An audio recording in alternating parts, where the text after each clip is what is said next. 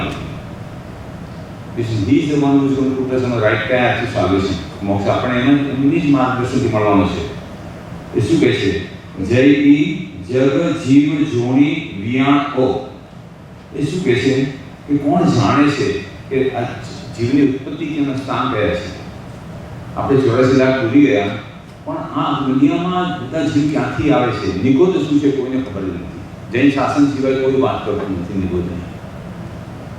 અદ્ભુત છે, કારણ કે જેને કેવળ જ્ઞાન છે એ જ આ વાત કરી શકે. એટલે પહેલી વાત કરે છે કે જીવની યોની ક્યાંથી છે, શું થઈ રહ્યું છે, શેના કારણે આપણે ક્યાંથી 84 લાખના ચક્રમાં જઈએ છીએ એ સમજાવે છે. અને જ્યાં સુધી આપણે આ વિતરાગ ભગવાન જ કરી શકશે, બીજું કોઈ નહીં કરી શકશે. એટલે પહેલી વાર એમને કહ્યું કે બધા આપણા બધાનું નિગોદથી નીકળીને આ સુધી આવ્યા એ બધી પરિક્રમાનું કામ ભગવાનને બધી ખબર છે. અને એ એક એવા જ વ્યક્તિ છે કે જે કહી શકે.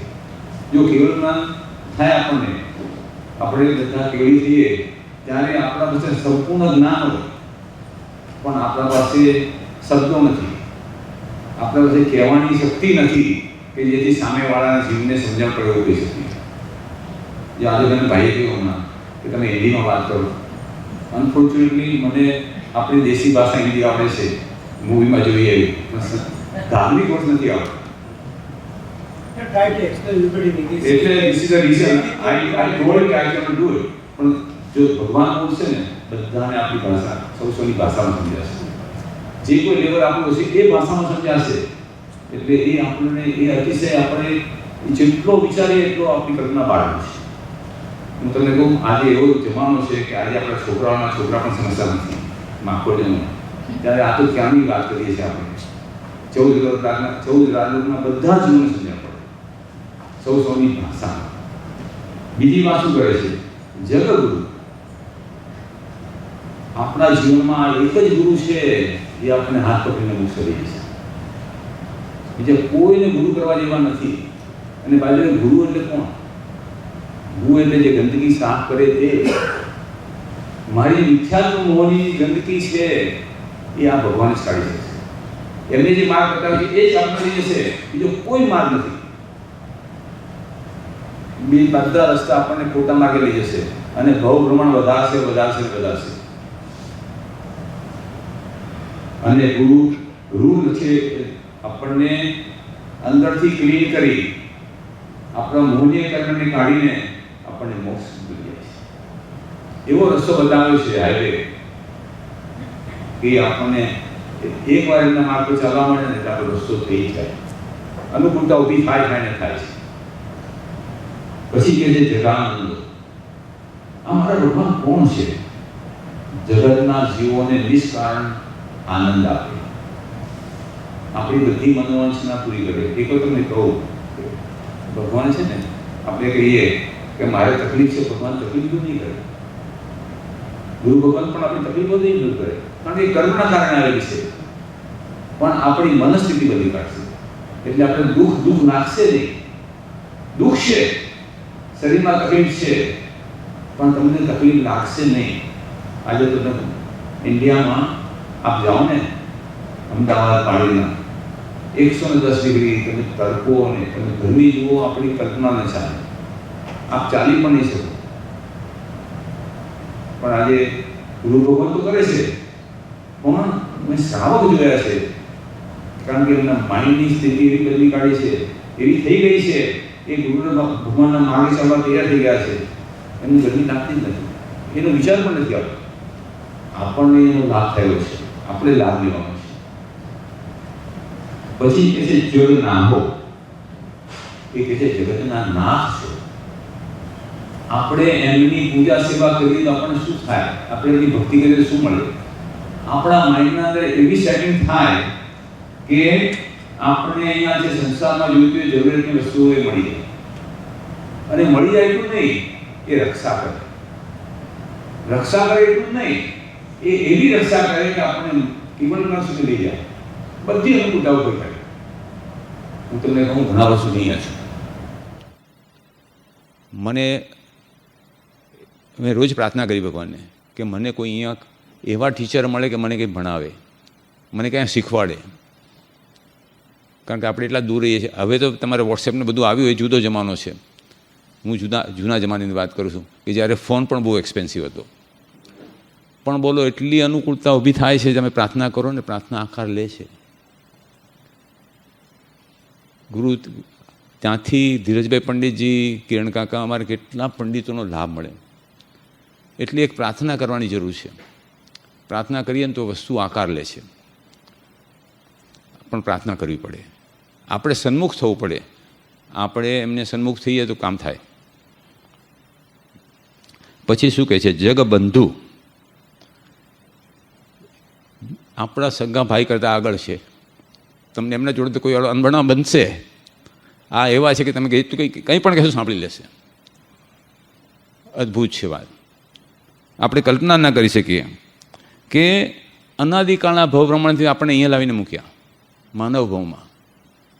કેટલી શક્તિ આપી આપણે કલ્પના ન કરી શકીએ. કહે છે તું મારા જેવો થઈ શકે, પુરુષાર્થ કરે, તું આજ્ઞામાં આવી જાય તો તું પણ એમના જેવો થઈને એમની જોડી બાજુમાં સીધો શિલામાં બેસી શકે. આ કોણ કરશે? આપણી વસ્તુ આપણા દીકરાના પણ તૈયાર નથી હોતા સર્ટન થિંગ્સ. પછી શું કહે છે? જૈવી જગ પિયાવહો. એ ભગવાન આપ પિતા છો, આખા જગતના પિતા છો, મારા પણ પિતા છો. જ્યારે પિતા કહીએ ને ત્યારે આપણી જવાબદારી ઊભી થાય છે. આપણે એમની આજ્ઞા પાળવી પડે, આપણે એમની આજ્ઞામાં રહેવું પડે. એ વડીલ થયા, આપણા જાણકાર છે, આપણને સાચા માર્ગે રાખવાવાળા છે, એટલે આપણે એમની આજ્ઞા પાળવી પડે. અને પછી શું કહે છે? ભયવમ. તને જગતમાં ભય લાગશે નહીં, કારણ કે તમે મારા દાદાના દાદા છો. તમે આખો સંસાર જોયો છે, મને કેવળ જ્ઞાનનો માર્ગ બતાવેલો છો, તમે મને હાથ પકડીને એના પર રાખશો. મને ભય છે ને હોય? દાદાના માર્ગમાં હોય ને ભય હોય? માથા ઉપર સગડી મૂકે છે પેલાને. તમને ગજ્જુ કુમારની ખબર છે? ગજ્જુ કુમારને ભય નથી. આપણે એ લેવલ પર જવું પડશે. આપણે એમને સ્વીકારવા પડશે, એમની ભક્તિમાં ઓતપ્રોત થવું પડશે. અને જો આપણે એમને આપણામાં વસાવી લેશું ને, આપણામાં ઓતપ્રોત કરી લેશું, રસ્તો એકદમ સીધો છે, રાજમાર્ગ છે, સિમ્પલ છે. એટલે આપ સૌને કહું છું, આપનું સરસ દેરાશે છે અહીંયા. અદ્ભુત તમે લાભ મળી શકે, જેટલો લાભ લેવો લઈ શકો. લાભ આપણે લેવાનો છે. અને એક વાત તમને કરું કે જ્યાં લગી ભગવાન જોડે પ્રીતિ નહીં થાય ને, ત્યાં લગી આપણે ભક્તિ નહીં કરીએ.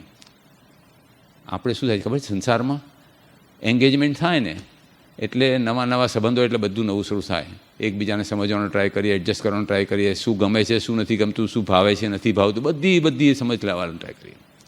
આપણે પણ આ ભગવાન સાથે આ કરવાનું છે. મારી બધી વાત એમને કરવાની છે, મારા બધા પ્રોબ્લેમ એમને કહેવાના છે. મારે ડિસ્ટન્સ નથી રાખવાનું, મારે એમના જોડે કંઈ છુપાવવાનું નથી. એ તો કેવળ જ્ઞાની છે, પણ છતાં આપણે શું કરીએ ખબર છે? જેટલી વસ્તુ આપણે કહેવી હોય, જે સમજાવી હોય એટલી જ કહીએ કે મારે સાહેબ આ જોઈએ છે. પણ આપણે એ નથી કહેતા આગળ કે મને આ મળશે તો હું શું કરીશ. એટલે આપણે જેટલો લાભ લેવા એટલો લેજો, બરાબર છે? હવે આપણે આજે પરીક્ષાનો પહેલો દિવસ છે, એટલે આપણને 5 કર્તવ્ય એ આપણે પરીક્ષાના પહેલા દિવસે ત્યાં પણ કરે ને અહીંયા પણ કરે છે, એટલે આપણે કરવા જ જોઈએ. અને કર્તવ્ય એટલે must do. The 5 things we have to do it within these 8 days. And within these 8 days, why do we have to do 5 things? Because these are specific things that for a whole year, whatever we did, whatever mistakes we made, we want to clear those mistakes. And we want to be on a right path. So this is what the reason is. There are 5 different things we need to do. 5 કર્તવ્ય કરવાના છે આપણે. આપ સૌને ખબર છે. હવે એ ક્યાંથી આવ્યા? તો 5 કર્તવ્યની વાત કરતાં પહેલાં આપણે અનુમાન થાય તો આ કર્તવ્ય આપણને કલ્પસૂત્રમાંથી મળે. આપ સૌને ખબર છે. અને કલ્પસૂત્ર કોણે રચ્યું? તો ભદ્રબાહુસુરીજી. એ આપણી ભગવાનની પાટે 7મી પાટે આવ્યા. એ આપણા છેલ્લા 14 પૂર્વદર મહાત્મા. ભગવાનને ગણધર ભગવતને દીક્ષા આપી, અને ગણધર ભગવતને દીક્ષા આપીને ઉપનેવા વિઘ્નેવા ધ્રુવેવા ત્રિપદી આપે એમાંથી ગણધર ભગવાન તો દ્વાદશાંગી રચે. આ દ્વાદશાંગી અદ્ભુત છે, એમાં આખા જૈન શાસન છે.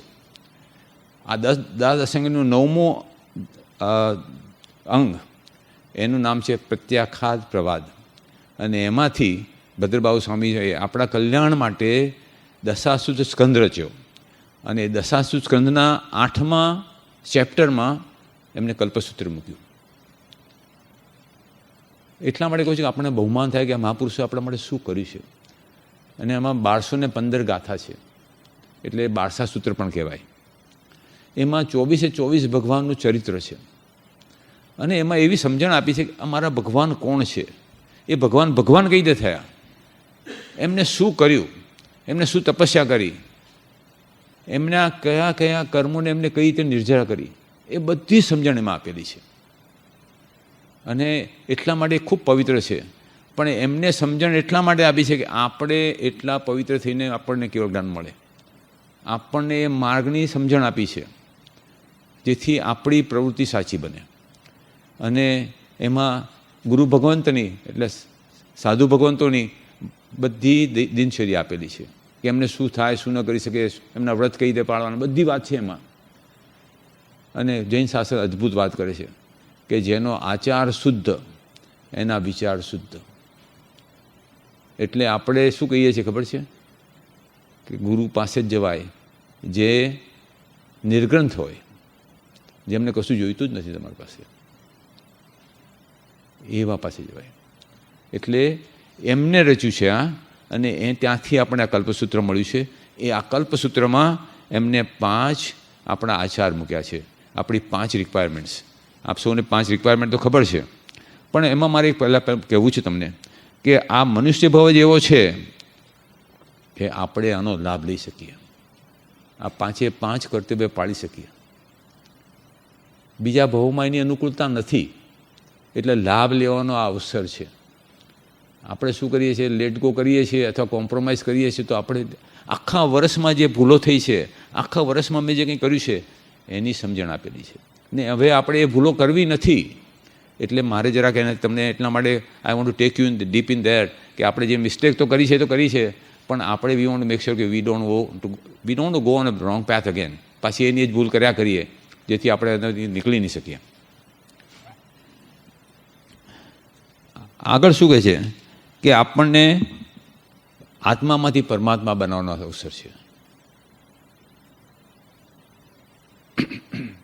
આ પારસમણી પર કહે છે, તમે પારસમણીને લોખંડ અડાડો ને તો સોનું થઈ જાય. આપણા આત્માને આ અડી જાય તો કેવળ જ્ઞાન મળે.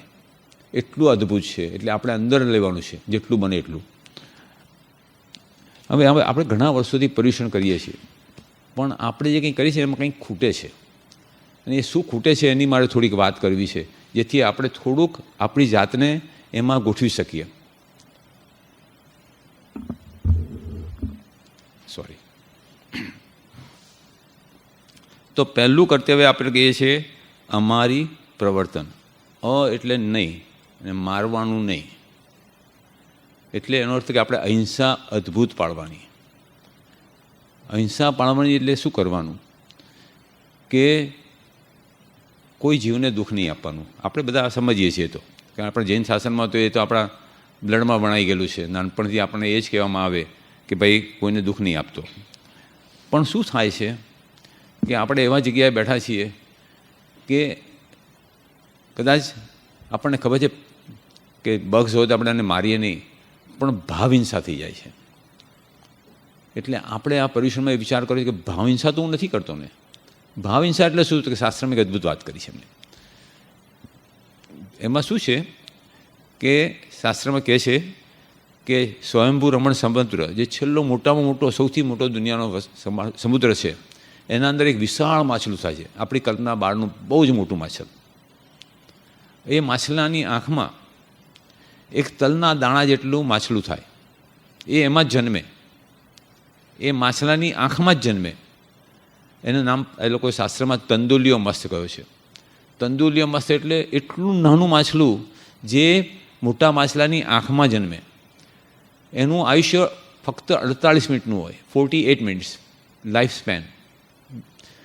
Within those 48 minutes what does it do? એ માછલું શું કરે એની આંખમાં બેસીને? એ જોવે છે, એનું માછલું છે એ પંચેન્દ્રિય છે, એને આંખ છે એટલે જોવે છે ખોલીને.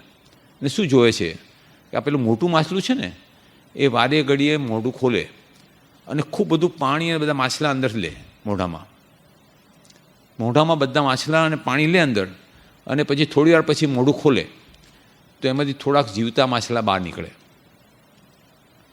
અમુક માછલા બિચારા મરી જાય, પણ અમુક માછલા એના મોઢામાંથી જીવતા બહાર આવે. આ જે તંદુલીઓ મસ્ત બેઠો બેઠો શું વિચાર કરે ખબર છે? એ એક જ વિચાર કર્યા કરે એના ભાવધારામાં, આ માછલું મૂર્ખ છે મોટું, હું એની જગ્યાએ હોય તો આમાંથી એક પણ માછલું બચે નહીં. એક જ ભાવ કરે એટલો. 48 મિનિટમાં એને ભાવધારા આ જ ચાલે. આપણે વિચાર કરવાનો છે, ઘણીવાર આપણે રોંગ ભાવમાં હોઈએ છીએ, ખરાબ ભાવમાં હોઈએ છીએ ને, આપણો ભાવ ક્યાં લઈ જાય છે આપણને. આપણે કેરફુલ રહેવાની જરૂર છે. આપણે છે ને વિચાર પણ નથી કરતા, ઘણીવાર કોઈની વાત કરતા હોય છે, નિંદાની ચર્ચા ન કરવા જેવી વાતો કરતા હોઈએ છીએ, આપણે એમાં એટલા એનગ્રોસ થઈ જઈએ છીએ કે આપણને ચિંતા જ નથી આખી દુનિયાની, અને એટલા બધા કર્મ બાંધીએ છીએ કે આપણને ખબર નથી કે આપણે શું કરી રહ્યા છીએ. આ માછલું એક જ ભાવ કરે છે. 48 મિનિટનું આયુષ્ય. ખૂબીની વાત તમને કહું, આ તંદુરીનું માછલું એક પણ માછલાને અડવાનું નથી, બીજા કોઈ માછલાને અડવાનું નથી, બીજા કોઈ માછલાને કશું કરી શકે એમ નથી, અને છતાં મરીને નિયમાત, શાસ્ત્રકાર ભગવાન છે, નિયમાત એટલે મસ્ટ 7મી નરકે જાય. જે આ દુનિયામાં સૌથી વધારે દુઃખની જગ્યા હોય તો 7મી નરક છે. આયુષ્ય પણ સૌથી લાંબામાં લાંબુ, અતિશય દુઃખ. પણ એ ખાલી શું કરે છે? ખાલી ભાવ કરે છે, અને એ ભાવમાં એવો ડૂબે છે કે એનો સંસાર અનંતકાળનો વધારી દે છે. આપણે બધાએ કેરફુલ રહેવાની જરૂર છે કે આપણે ભાવ હિંસા તો નથી કરતા ને. અને હું આપને કહું, મોટા ભાગે આપણે બધા કરતા હોઈએ છીએ, આપણને ખબર પણ નથી કે આપણે કરી રહ્યા છીએ. આપણને એટલો આનંદ થતો હોય છે. એટલે હું તમને 8 દિવસ માટે એક વાત કરું. આજનો દિવસ તો ગયો એટલે 7 દિવસ જ બાકી રહ્યા છે. આપણે ત્રીજી વ્યક્તિની વાત કરવાની નહીં. તમે 2 જણા વાત કરો જે કરવી હોય, પણ if you want to talk about a third person, you must talk about positive thing only. એના સારી વાત કરો, બાકી બંધ. No more. As simple as that. ખાલી 7 દિવસ માટે આપણે પછાણ કરી બધા કે મારે થર્ડ પાર્ટીની વાત કરવી નથી, થર્ડ વ્યક્તિની વાત કરવી નથી, unless they are present here. જો આપણે એટલું કરીએ ને તો પહેલો દિવસ આપણું સફળ થઈ જાય, મોટું કામ આપણું થાય. કારણ કે આ પરીક્ષાના દિવસો જે બધા આપણે મિચ્છામી દુક્કડમ કરશું, આપણે મિચ્છામી દુક્કડમ છે એ કરશે, અને પછી આખી દુનિયાની વાતો કરશું મોટા ભાગે. પણ એટલે હું ના નથી પાડતો, નહીં કરતા, પણ ખાલી પોઝિટિવ વાત અથવા થર્ડ પાર્ટીની વાત નહીં કરવાની. એટલું કરવા જેવું છે એટલે તમને ખાસ કહું છું, માફ કરજો મને શબ્દો માટે. પછી બીજું શું કહે છે ગુરુ ભગવંત, કે આપણે શ્રાવક જીવનમાં પાપની પ્રવૃત્તિ ચાલ્યા જ કરે છે. હવે અમારી પ્રવર્તન પાળવું છે તો શું કરવાનું? તો ગૌતમ સ્વામી ભગવાને આપણા કલ્યાણ માટે વીર પ્રભુને પૂછ્યું કે શ્રાવક એવું શું કરે કે જેથી એને કર્મનો બંધ ઓછો થાય તો ન થાય? તો ભગવાન શું કહે છે ખબર છે? એક શ્લોકમાં એમને જવાબ આપી દીધો, 4 લાઈનમાં. જયમ ચરે જયમ ચિઠ્ઠે જયમ માસે જયમ ભુજંતો ભાજંતો પાવો કમ્મમ ન બંધઈ. અદ્ભુત વાત કરી. 5 વસ્તુ તમે જે આપણી પ્રવૃત્તિ કરીએ છીએ, મેઇન પ્રવૃત્તિ, એમાં 5 વસ્તુમાં જૈના પ્રધાન બનાવો. જૈના પ્રધાન એટલે જે કંઈ પ્રવૃત્તિ કરીએ એ પહેલાં જોઈએ કે કોઈ જીવની હિંસા થતી નથી, કોઈ જીવને દુઃખ આપતા નથી ને, એટલું જ કરવાનું છે. જયમ ચરે એટલે ચાલવાનું. ચાલવાનું એટલે નિશ્ચય જોઈને ચાલવાનું, સાચવીને ચાલવાનું. કારણ કે આપણે બધા વાત કરતાં કરતાં ચાલીએ છીએ, માફ કરજો. આપણે એવા આપણને ખબર પણ નથી પડે કે શું ચાલી રહ્યું છે નીચે. એટલે એટલીસ્ટ 7 દિવસ માટે આપણે એટલીસ્ટ જાગૃત થઈએ કે મારી જવાબદારી છે. જેમ ચરે ચાલવાનું, જેમ ચિઠ્ઠે કેવી રીતે ઊભા રહેવાનું. ઊભા રહેતા પણ બધા વિચાર કરવાનો કે નીચે છે, બધા ચેક કરીને ઊભા રહેવાનું. પછી શું કહે? જેમ માસે તો કેવી રીતે બેસવાનું. બેસીએ તો પણ સંભાળીને બેસવાનું. આજે પ્રતિક્રમણ કરતા આપણે ઉઠબેસ કરીએ છીએ, ઘરમાં પણ ઘણું બધું કામ હોય તો ઉઠબેસ કરતા હોઈએ છીએ. તો જોવાનું જરા, જૈના રાખવાની. જૈના એ જૈન ધર્મની માતા છે અને એ આપણામાં વણી લેવાની છે. એ વણાઈ જશે ને તો આપણી પ્રવૃત્તિ બદલાઈ જશે, સમ્યક બની જશે. જેમ ભોજનતો ભાજનતો, ભોજનતો એટલે ભોજન કરવા બેસી ત્યારે ભગવાનની આજ્ઞાનું પ્રમાણે આપણે જમી રહ્યા છીએ. સમજું છું બધી વખતે નથી થઈ શકતું, તો આપણે એક તો વિચાર કરો કે દાદા તારી આજ્ઞા નથી પાડી શકતું, માફ કરજે મને, મારે રસેન્દ્રિય પર કાબુ નથી, મારી લોલુપતા છે, પણ મારે આ કરવા જેવું નથી, એ હું સ્વીકારું છું. 8 દિવસ માટે આપણે કંદમૂળ વાપરવું નથી, કે સૌથી વધારે પાપની પ્રવૃત્તિ છે. એમાં અનંતા જીવોની આપણે હિંસા કરીએ છીએ. એટલે અને જેટલું બને એટલું ભગવાનના માર્ગમાં આવવાનું, નાનું વ્રત કરવાનું, જે કંઈ થઈ શકે એ કરવાનું. હું એમ નથી કે તમે આ જ કરો, પણ કંઈક કરવાનું, કારણ કે મારે એમના માર્ગમાં દાખલ થવું છે. અને ભાજન તો એટલે બોલવાનું બહુ કાળજીપૂર્વક બોલવાનું, કારણ કે આપણે બોલીને જ આખી દુનિયામાં બધે પ્રોબ્લેમ થાય છે. આંધળાના છોકરા આંધળા, એમાંથી આખું તમે કેટલું ક્યાં લઈ જાય છે આપણને. એટલે આપણે બહુ કાળજી રાખવાની છે, ખૂબ વિવેકપૂર્વક શું બોલીએ ને શું ન બોલીએ. શાસ્ત્રમાં એક સરસ કથા આવે છે, હવે મને યાદ આવે છે. હોપફુલી કેટલા વાગ્યા સુધી આપણે કરવાનું છે ભાઈ? How late? 9:30. ઓકે. એમ શાસ્ત્રમાં એક કથા આવે છે, હું જલ્દી જ કરી દઉં તમને. એમાં શું બને છે, જૂના જમાનાની કથા છે, લગભગ 100 years ઓલ્ડ. એક દર્દીને ટીબી થાય છે. એ ટીબી થાય છે અને ટીબી 3rd સ્ટેજ પર ચાલી જાય છે. એટલે એના પરિવારવાળા નક્કી કરે છે કોઈ રસ્તો જ નથી, તો પણ એક વૈદ છે જેની દવા અક્ષીર કહેવાય છે. એટલે એને લઈને એના પેલા વૈદ પાસે જાય છે. એ જમાનામાં વૈદ જ હતા, ડૉક્ટર હતા નહીં. વૈદ પાસે લઈ ગયા. વૈદે એને ચેક કર્યો અને કહ્યું કે મારા પાસે દવા છે. પણ આ દવા, એ જમાનામાં એને કહ્યું દવા છે, પણ આ દવા માટે સાથે કરી પાડવી પડે. કરી એટલે ચરી. તમે અમુક વસ્તુ જ ખાઈ શકો, અમુક વસ્તુ નહીં ખાઈ શકો. તમને એ દવા તો જ ગુણકારી થાય, તો જ એ વર્ક કરે. તો એને કહ્યું પેલા વૈદે, પેલો પેશન્ટ છે એ શું કહે છે ખબર છે કે હું બધું કરું પણ મારે ચરી નહીં પડાય, ખાવાનો શોખ હું નહીં છોડી શકું. તમે કહો આ નહીં ખાતા, આ નહીં ખાય, મારાથી એ બધું નહીં થાય. હું મારે જે ભાવતું એ જ ખાઈશ. I am not going to compromise there. એના બધા સાથે સગાવાલા હતા કે ભાઈ તું મરી જઈશ ખબર તો રાખ. પણ મારાથી એ નહીં થાય. પેલા વૈદ્યરાજ શું કહે છે ખબર છે તમને? એને અદ્ભુત વાત કરી કે ભાઈ તું મારી દવા નહીં લે ને તો તને 3 મોટા લાભ થશે. તમે વિચાર કરો શું છે આ જગતમાં આપણે શું કરીએ છીએ ને કોણ શું કરી શકે. એ વૈદ્યરાજ કહે છે ભાઈ તું મારી દવા નહીં લે. એને ખબર છે કે આ પેશન્ટ બહુ શોર્ટ ટાઈમનો પેશન્ટ છે, પતી જવાનો કેસ, પણ છતાં એને શું કહે છે કે તને 3 મોટા લાભ થશે. પહેલો લાભ શું થશે? તને કૂતરું નહીં કરડે. એ જમાનામાં તમે જાઓ ને બધી જગ્યાએ કૂતરા હતા, ત્યાં રખડતા કૂતરા ફરતા જ હોય. એ જમાનાની વાત છે. તને કૂતરું નહીં કરડે. પેલો વિચારમાં પડ્યો. એને પૂછ્યું તો પછી બીજો લાભ શું? તો કે તારા ઘરમાં કોઈ દિવસ ચોરી નહીં થાય. પેલા નવાઈ લાગી. એને પૂછ્યું ત્રીજો લાભ શું? તો પછી તો કે તારા વાળ ધોળા નહીં થાય, ચિંતા ન કરતો. તારા વાળ ધોળા નહીં થાય, તું ચિંતા ન કર. શું કહે છે ખબર તમને? Your life span is so short. તારો કેસ પતી ગયેલો છે. તું એટલી ખાંસી ખાય છે, તને આખી રાત ઊંઘી નથી શકતો, તારામાં શક્તિ નથી, એટલે તારે લાકડી લેવાની જાતમાં. અને તું લાકડી લઈને ચાલશે એટલે તારા બાજુ કૂતરા નહીં આવે. એને કેવી રીતે સમજાવો માણસને? આપણી સ્થિતિ આ છે, માફ કરજો મને. બીજી વાત શું કરે છે? કારણ કે આખી રાત જાગતો હોય ને ખાંસી ખાતો હોય તો ચોર તમારે જાગતા ને ત્યાં જાય નહીં. ચોરી કરવા જવાનું નથી. અને ત્રીજી વાત એને અદ્ભુત કરી કે તમારા વાળ આવા જ રહેવાના છે, કારણ કે તમે 6 મહિનામાં તો પતી જવાનો કેસ. તમે શું કેવી રીતે આપણે કહેવું કોઈને, તમે સમજ વિચાર તો કરો. આપણે ભાષાનો ઉપયોગ કેવી રીતે કરીએ છીએ. આ વાત તમને હસતા હસતે કરી, પણ આ 3 વસ્તુ એવી છે ને, સમ્યક દર્શન, સમ્યક જ્ઞાન અને સમ્યક ચારિત્ર અંદર ભરેલું છે. શાસ્ત્રકાર ભગવાન આવી કથાઓ રાખે નહીં આપણા માટે. લાકડી લઈને ફરો એટલે શું? ભગવાનની આજ્ઞાની લાકડી લઈને આપણે ફરવાનું છે. જ્યાં જઈએ ત્યાં ભગવાનની આજ્ઞા આગળ અને હું પાછળ, એના ટેકાએ ચાલવાનું મારે. એ સમ્યક દર્શન તો જ થાય.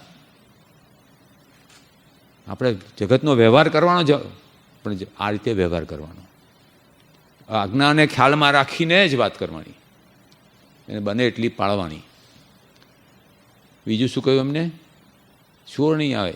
ચોર નહીં આવે એટલે જ્ઞાનનો ઉઘાડ એટલો હશે કે તમે ખોટા માર્ગ પર જઈ નહીં શકો. સમ્યક જ્ઞાન, જે દિવસે સમ્યક દર્શન થાય એ દિવસે સમ્યક જ્ઞાન થાય. જ્ઞાનનો ઉઘાડો એટલો હોય કે તમારે ખોટા રસ્તા જવું હોય તો તમને અટકાવે,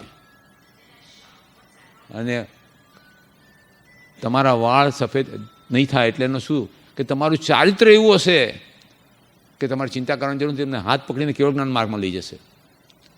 અને ચારિત્ર ઉજ્જવળ, કારણ કે જો જ્ઞાન અને સમ્યક દર્શનને જ્ઞાન થાય પણ ચારિત્ર ન હોય તો લાભ નથી. ચારિત્ર વગર મુક્તિ નથી. આપ સૌને ખબર છે, પાળિત્રણા જાઓ ને આપને કહેશે પુંડિક સ્વામી ભગવાન સાથે 5 કરોડ મુનિ મોક્ષે ગયા. 5 કરોડ પણ નીચે મુનિ લખ્યું, અંડરલાઈન મુનિ. એક પણ શ્રાવક નથી ગયો. એટલે ચારિત્ર તો લેવું જ પડશે આપણે, મોડું વહેલું, નહીં તો આપણી મુક્તિ છે નહીં. પણ એની વાત કરે છે. એટલે આપણે આપણી ભાષા સમિતિ હિત મિત કર બોલવાનું.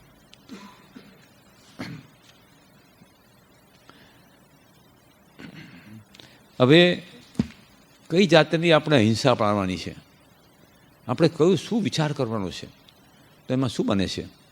અબ્રાહમ લિંકન, આપ સૌને ખબર છે, અમેરિકાના જૂના પ્રેસિડેન્ટ છે. એકવાર he was going in car for giving a speech somewhere. સરસ કપડાં પહેરીને નીકળેલા સાહેબ, કારણ કે મોટી મીટિંગ હતી. ગાડી જઈ રહી હતી, રસ્તામાં એમને જોયું કે પીગ છે, એક પીગ, ભૂંડ કહીએ ને આપણે, એ પીગ કાદવમાં ખૂપી ગયેલું, અને કાદવમાંથી નીકળવા તરફડિયા મારે, કારણ કે અંદર ને અંદર વધારે જતું ગયું. એટલે પેલું એ એટલું બધું અપસેટ હતું કે કારણે લાગ્યું કે એ મરી જશે. આ કોણે જોયું?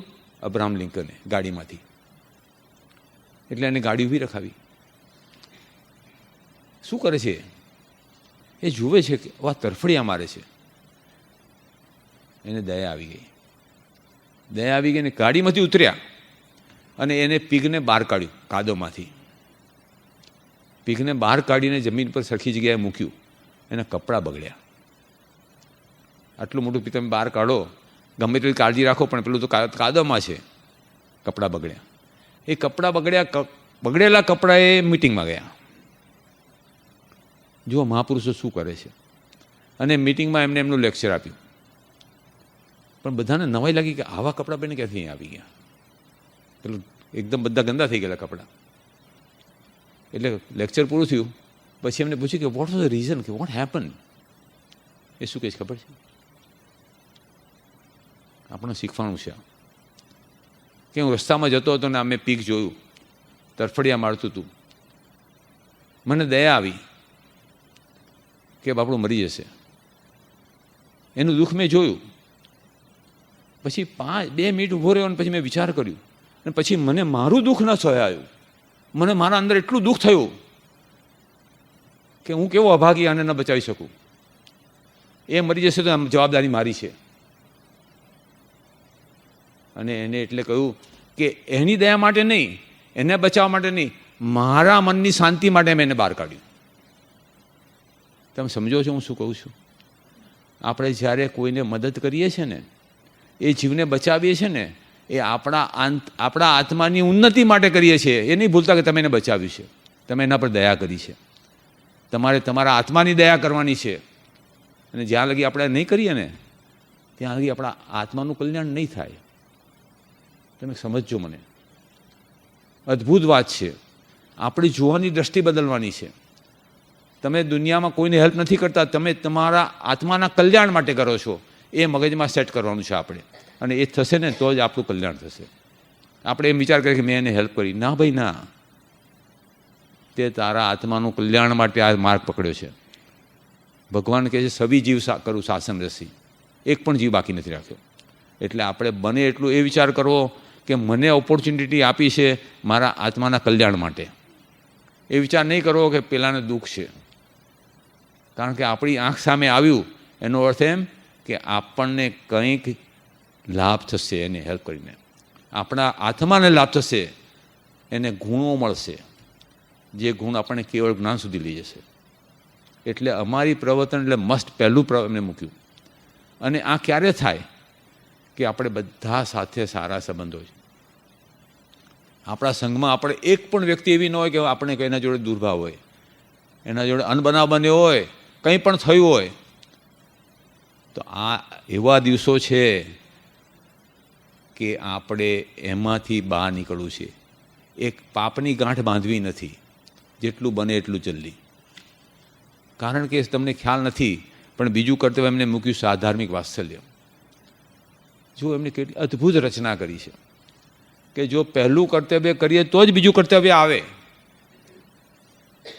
આપણે અમારી પ્રવર્તન આખા દુનિયાના બધા જીવો માટે આપણે એમનું કલ્યાણ ઈચ્છીએ તો જ સાધાર્મિક વાત્સલ્ય કરી શકીએ. ને સાધાર્મિક વાત્સલ્ય એટલે શું ખબર છે તમને? શાસ્ત્રકાર ભગવાન અદ્ભુત વાત કરે છે. આપણે શું કરીએ છીએ?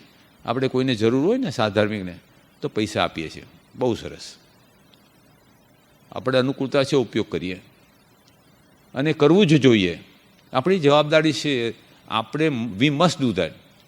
But at the same time એક તમને ખાલી એઝ અ ફ્રેન્ડ કહું છું, હંમેશા સાધાર્મિકને તમે હેલ્પ કરો ને, ગુપ્ત કરવી. કોઈ દિવસ એના માટે મોઢું ખોલવાનું નહીં, કોઈ ત્રીજી વ્યક્તિને વાત કરવાની નહીં, એને અંદર રાખવાનું. જેટલું અંદર રાખશો ને એટલા નવા ગુણ આવતા જશે. બોલીને બગાડી દેશો. ત્રીજી વ્યક્તિને નબળા પાડવાની જરૂર નથી. એ સાધાર્મિક વાત્સલ્ય છે. તમને ખ્યાલ ના હોય તો કહી દઉં, એ તમારો સાધાર્મિક, તમે જેને હેલ્પ કરી છે કદાચ તમારા કરતાં વહેલો મોક્ષે જશે. એટલે તમે બહુમાનથી કરીએ, આપણે બહુમાન એવું કરીએ.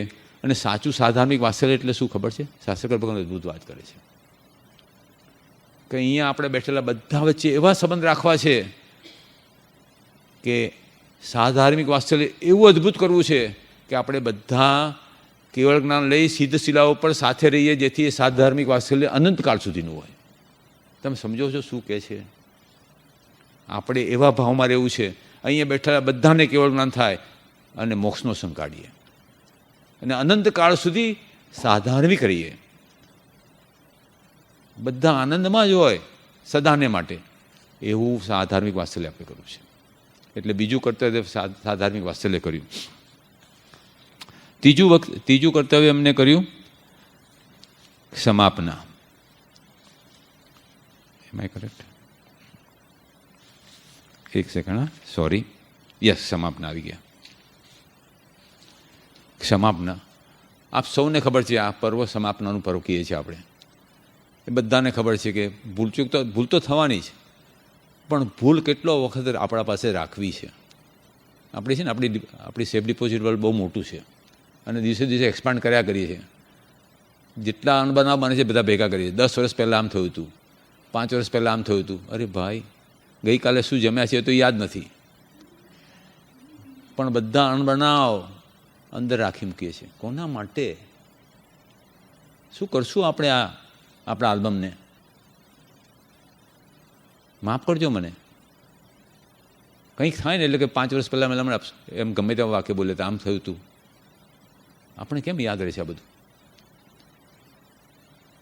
આ એવો પર્વ છે કે જો સાધાર્મિક વાત્સલ્ય સાચું કર્યું હશે ને તો સમાપના કરવી નહીં પડે. આપણે એ ભાવમાં રહીશું ને તો સમાપનાના પ્રસંગ ઊભા નહીં થાય. જ્યાં સુધી આપણે વિચાર કરતા નથી કે આપણને આ નાનો ભાવ મળ્યો છે અને આપણે બધા કર્મથી ઘેરાયેલા છીએ, અને જે બધા કર્મવાળા છે ને એ બધા મિસ્ટેક ભૂલ કરવાના છે. જે કોઈ ભૂલ નથી કરતા ને એ કેવડી થઈને ઉપર બેઠા છે શિલામાં, એ કોઈ દિવસ ભૂલ કરવાના પણ નથી. પણ જે બધા ભૂલ કરવા વાળા છે ને બધાને અહીંયા મોકલ્યા છે આપણને, અને આપણે સામેવાળાની ભૂલ જોવાની નથી. કારણ કે ભૂલ તો કરવાના જ, નહીં તો બધા કેવળી હોય. મને ગુરુ ભગવાન અદ્ભુત વાત કરી મારાથી બોલાઈ ગયું કે સાહેબ મારે ગુરુ ભગવાન દેવા જોઈએ જે કોઈ દિવસ ભૂલ ન કરે. મને કે એ કેવી રીતે બને? મને એવું તો વિચાર નહીં આવ્યો, મારે નીકળી ગયો મોઢામાં શબ્દો. મને કે તારે તો એ તો શીલા પર તને મળશે, તારે જવું ત્યાં જા. મેં કીધું કેમ સાહેબ? મને કે બધા જેને હજી કર્મ બાકી છે બધા અહીંયા જ છે, અને જ્યાં લગી આપણા પાસે એક પાપ પણ આપણા ખાતે જમા હશે, તમારી એક મિસ્ટેક બાકી હશે તો કેવળ જ્ઞાન થતું નથી. એક દોષ બાકી હશે તો કેવળ જ્ઞાન નહીં થાય. તમે વિચાર તો કરો. તો પછી આપણે કોના માટે બાકી રાખીએ છીએ? મન મોટું રાખવાનું છે. ભૂલ તો આપણે પણ એટલી જ કરીએ છીએ. અને મને ગુરુ ભગવાન બહુ સરસ વાત કરતા. મને કે તું ભૂલ માટે પેલા બેનની માટે એક આંગળી સામે આમ કરે છે ને, 4 આંગળી તારી સામે જાય છે. તું એમને એક કરી છે ને તું 4 કરે છે. તું વિચાર તો કર, તું ક્યાં છે? આપણે આપણો વિચાર કરવાનો છે. અને એ ભૂલ કરે છે એના મૂળમાં કારણ શું છે ખબર છે તમને? તમારું કર્મ.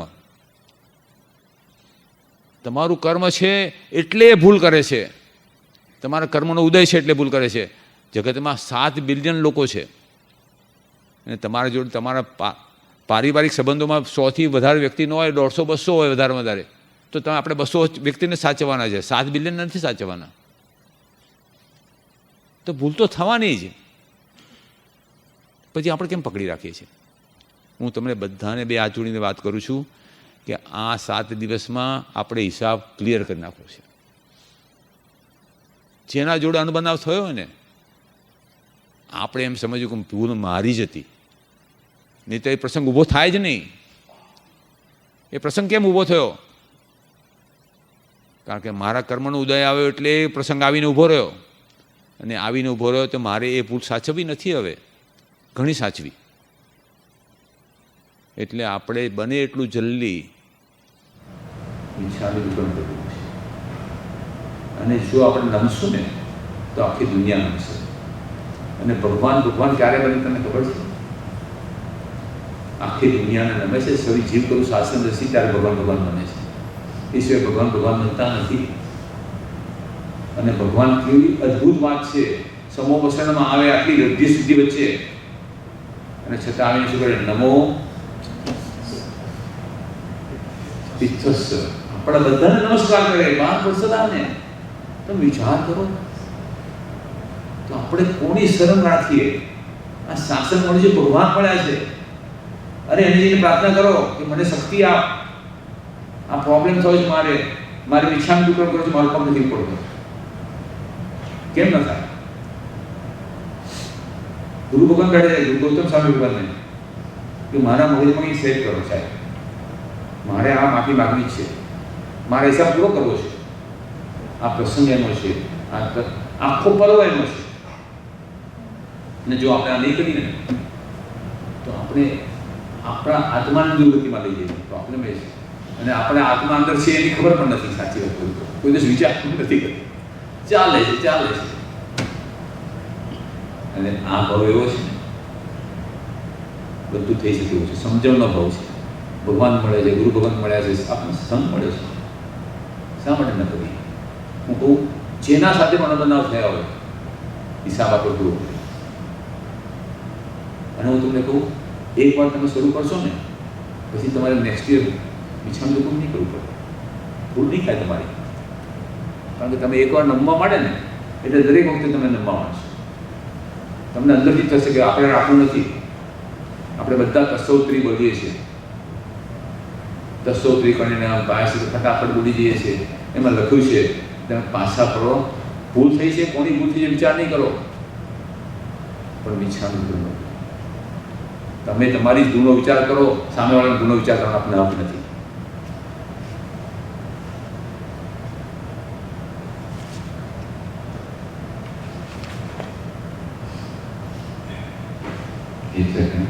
ઓકે, સો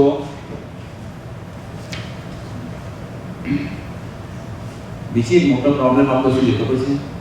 કે આપણે સંસારમાં કંઈક બને ને ઘટના તો એને યાદ રાખીએ.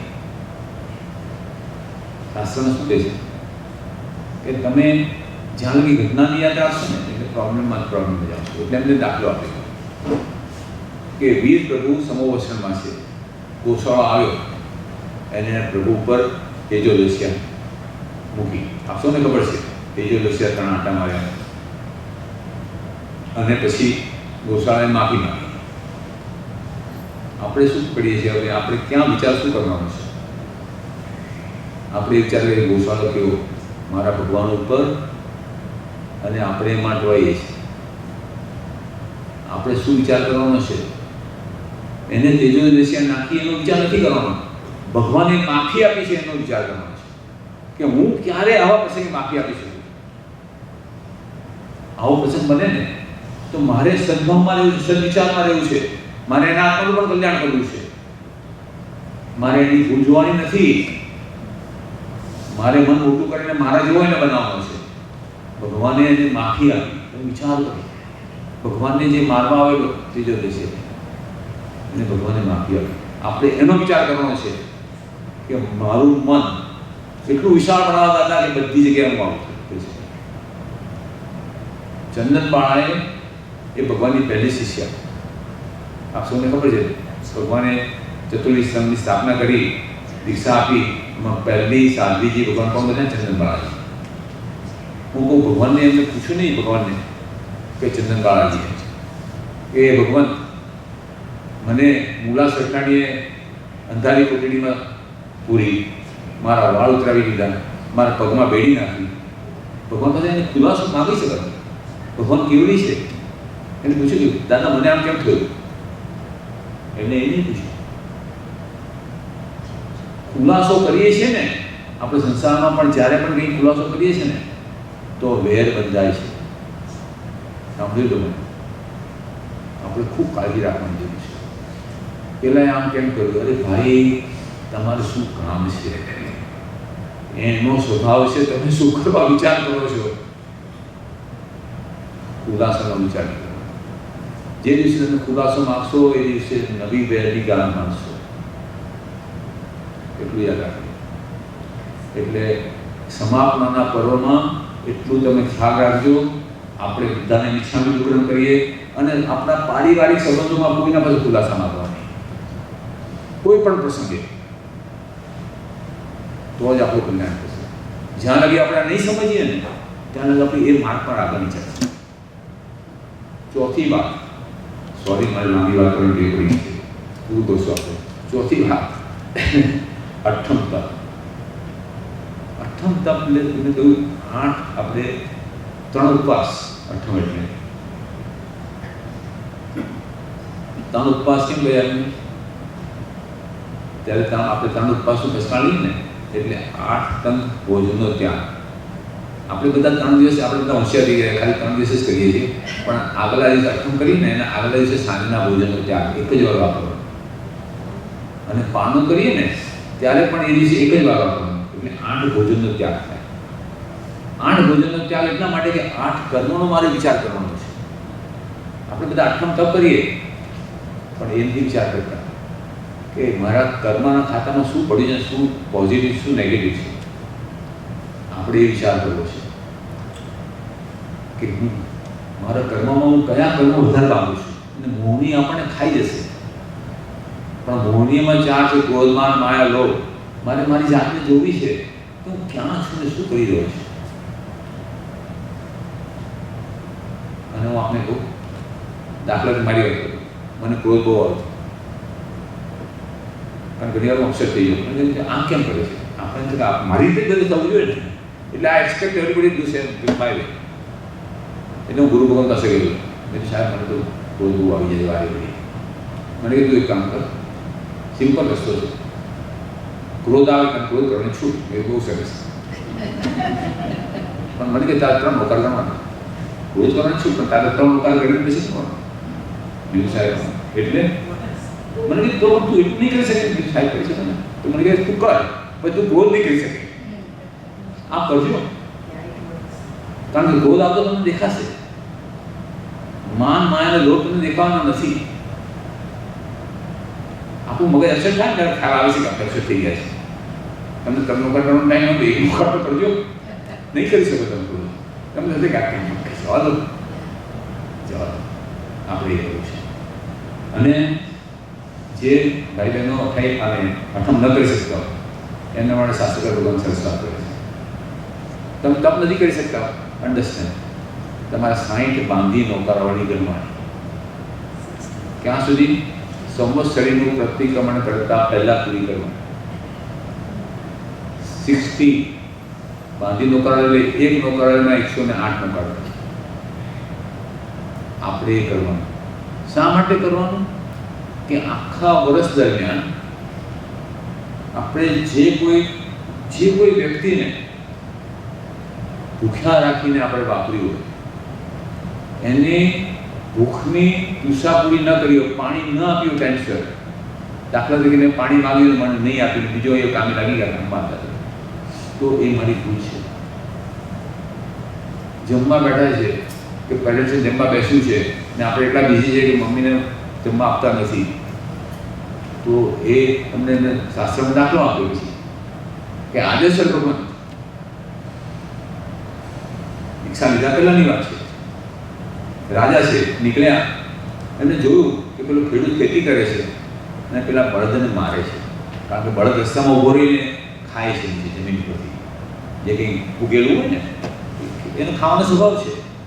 એટલે ભગવાન કહ્યું કે ભગવાન ખાલી માર કરે છે. સાહેબ ઊભા રહ્યા ભગવાન, અને એમને કહ્યું, ખેડૂતને કીધું, એને માર નહીં ભાઈ, એના મોઢા ઉપર દૂષણી એટલે લુગડું બાંધી દે.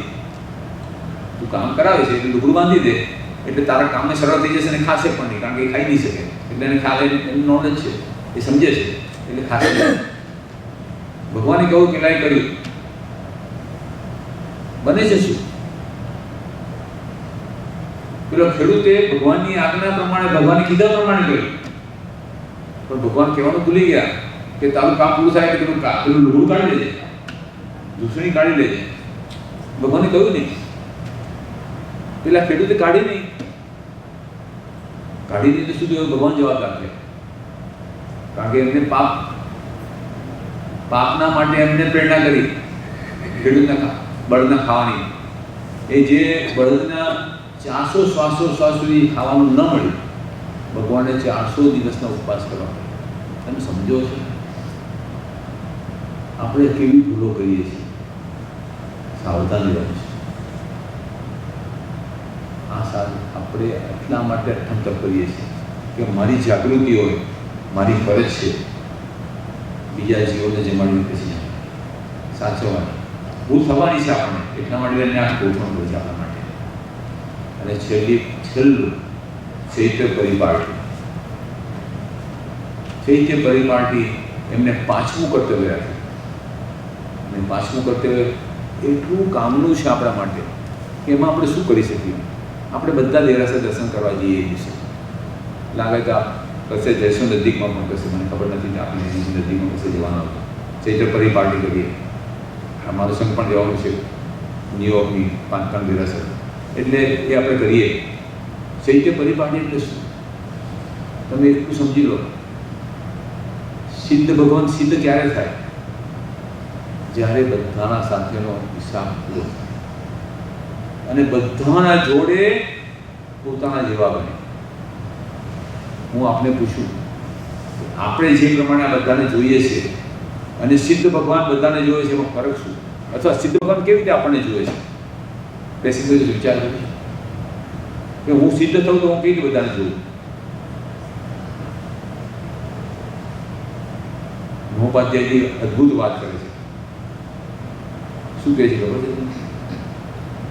છે કે આપણી દ્રષ્ટિમાં ક્યાં ભૂલ છે એ સમજાવે છે કે સિદ્ધ ભગવાન બધાને પૂર્ણ જ્ઞાની જાણે, પૂર્ણ સમજે, કશું બાકી નથી.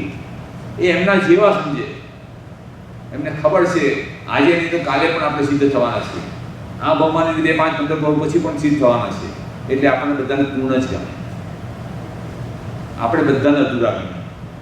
આપણે હું તમને કહું, કોઈનું પણ નામ લેશો તો આપણે કહીશું આ બધું સારું છે, પણ આમ એક વસ્તુ બાકી રહેવાની છે. તમે વિચાર કર્યો, આપણે આપણી દ્રષ્ટિ બદલવાની છે. આ ચૈત્ર પરિપાટી મારા અંદર લાવવાની છે કે હું સિદ્ધ બની જાઉં. હું બધાને મારા ભાવથી જોઉં કે બધા પૂર્ણ છે, હું જ અપૂર્ણ છું. ખ્યાલ આવે છે હું શું કહું છું? અને ભગવાનને આપણે કહ્યું ભગવાન બધાને નમે છે, હું પણ બધાને નમું, એ ચૈત્ય પરિપાટી છે. આપણે નિરાશમાં જઈએ છીએ એ શીખવા માટે કે ભગવાનને નમીએ અને આખા દુનિયાને નમીએ.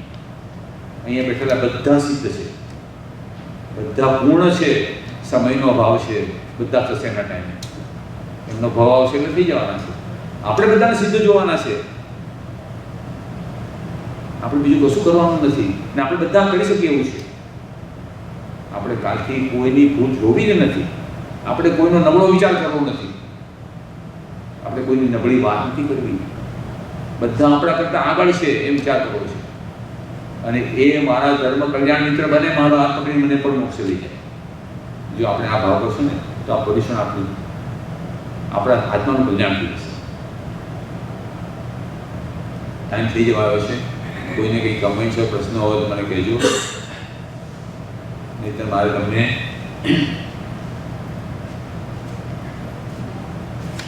તમે શરૂઆતની એક વાત કરી કે આત્માને પરમાત્મા બનાવવા માંગે છે, કઈ રીતે કરાવવા માંગે છે, उसको દુકાનનો સંદર્ભ શું છે? હજી આત્માને પરમાત્માનો કેવી રીતે કરે? શું કીધું? સારું.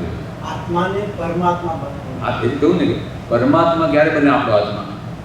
જ્યારે એમાં એક પણ દોષ ન રહે ને આખી દુનિયાને તમે પૂર્ણ જુઓ, કોઈનામાં દોષ ના જોઈએ. પહેલી મોટામાં મોટી રિક્વાયરમેન્ટ આ છે.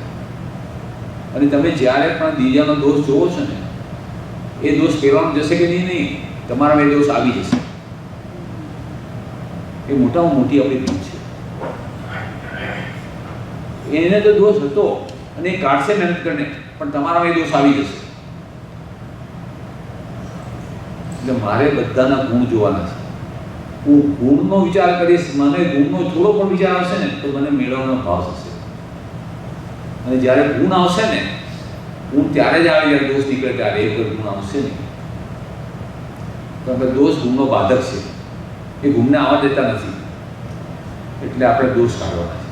અને જ્યાં લગી દોષ નહીં કાઢીએ ત્યાં લગી આપણા માર્ગમાં આવી જ જઈએ. એટલે હું તમને કહું કે આપણે બધાએ પાપ ભીરું બનવાનું છે. પાપ ભીરું બનવાનું છે એટલે હું તમને તો મારી વાત કરું, હું પાપ કરું છું, મને ખ્યાલ પણ નથી કે હું પાપ કરું છું. આપણી પ્રવૃત્તિ એવી છે, મારી પ્રવૃત્તિ, કે હું પાપ કરું છું, મને ખ્યાલ પણ નથી કે મેં પાપ કર્યું. કારણ કે હું પાપને પાપ વિચારતો પણ નથી. આઈ ડોન્ટ થિંક કે આને પાપ છે. આજે મારો આપણી લાઈફસ્ટાઈલ એવી છે કે ખબર પણ નથી પડતી કે પાપ કરીએ છીએ. મને ગુરુ ભગવાનથી બહુ સત્સંગ કર્યો. આપ સૌને હું આપણે આ બે આંગળી, અંગૂઠો અને પહેલી આંગળી બે ભેગી કરવાની અને બાકીની 3 આંગળી સાથે રાખવાની. એટલે આ જ્ઞાન મુદ્રા કહે છે શાસ્ત્રમાં, જ્ઞાન મુદ્રા કહે છે. અને આ રાખવાની આપણે સાથે. અને હું આપને બોલાવીશ, નવકાર મારી સાથે હું બોલીશ, પછી આ બોલું બધા. અને આંખ બંધ, આપણે આંખ બંધ કરીને એક જ વિચાર કરવો છે કે મારે પાપ ભીરું બનવું છે. દાદા, મારે આ પાપના સંસારમાંથી બહાર નીકળવું છે. પાપમય સંસારમાંથી મને કાઢો. એટલે હું બોલીશ, આપ પછી મને મારી જોડે પછી મને રિપીટ કરજો. નમો અરિહંતાન સર્વપાવપણાસનો, નમો સિદ્ધાન સર્વપાવપણાસનો, નમો આયર્યાણ સર્વપાવપણાસનો, નમો ઉજ્જાયાન સર્વપાવપણાસનો, નમો લોએ સર્વસામ સર્વપાવપણાસનો, એસો પંચન મુક્કારો સર્વપાવપણાસનો, સર્વપાવપણાસનો, સર્વપાવપણાસનો, મંગલાંત સવ્યેસિં સર્વપાવપણાસનો, પડવમ અવૈ મંગલમ સર્વપાવપણાસનો.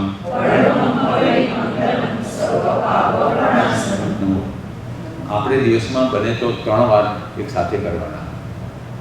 આપણે ખ્યાલ આવે કે મારે પાપ છોડવું છે, અને આ જ્ઞાન મુદ્રામાં કરવું છે. એ જ્ઞાન આવશે તો આપણે આવતા ભોગો પણ આ લઈ જશું. આપણે એને આપણા આત્મામાં ઓતપ્રોત કરવું છે કે મારે મારા જીવનમાંથી પાપ કાઢીશ તો જ પુણ્ય આવશે. પાપ કાઢીશ તો જ હું સાચા માર્ગે રહીશ, ભગવાનના માર્ગે રહીશ. આપણે બધાએ કરવાનું છે. મને બોલતા હોય તો કરજો. એટલી જ વાત આપણે કહું છું. કંઈ આજનો પ્રોગ્રામ પૂરો કરીએ છીએ ટાઈમ છે, બરાબર છે. સોરી જરા લેટ થયું હતો અને ભગવાનની આજ્ઞા વિરુદ્ધ કંઈ પણ કહેવું તો આસોની હાજરીએ ધીરે નિશાન ખામે મે સર્વેજી. આપણું બોલવું મારા સાથે. ખામે મે સર્વેજી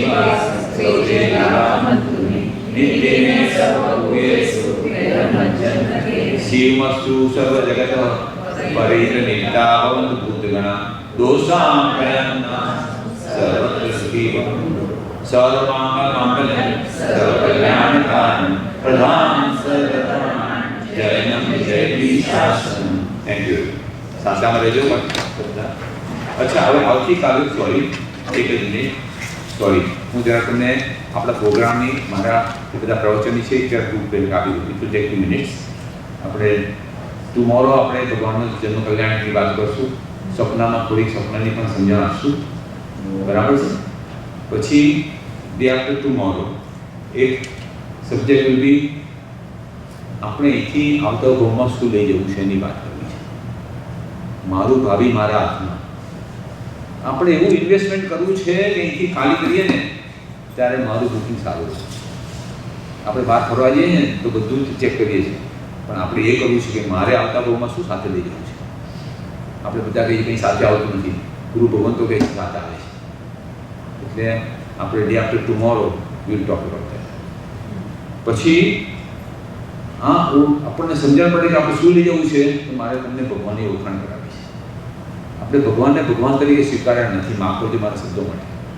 એટલે હું તમને એનું એક પ્રવચન કરીશ એના ઉપર કે મારે તમને કહું છે કે કોણ છે મારા ભગવાન, શા માટે હું એને ભગવાન કરું છું. પછી એના પછી અને પછી એ ઓળખાણ થાય તો પછી સાચી સમજણ કરવી છે. સાચી સમજણ એટલે મારે હું કઈ રીતે મારા જીવનમાં ભગવાનને લાવી દઉં. What do I do, where do I make a changes. અને એના પછી નેક્સ્ટ પણ છે નાના વ્રત મોટો લાભ.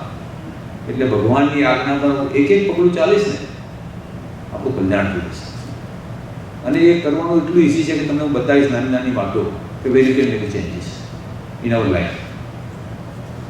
અને નેક્સ્ટ વન એના પછી મારા કર્મને હું જીતું. મારે કેવું ના લેવું છે, મારે જ પુરુષાર્થ કરવો પડશે, બીજું કોઈ નહીં કરી શકે મારા માટે.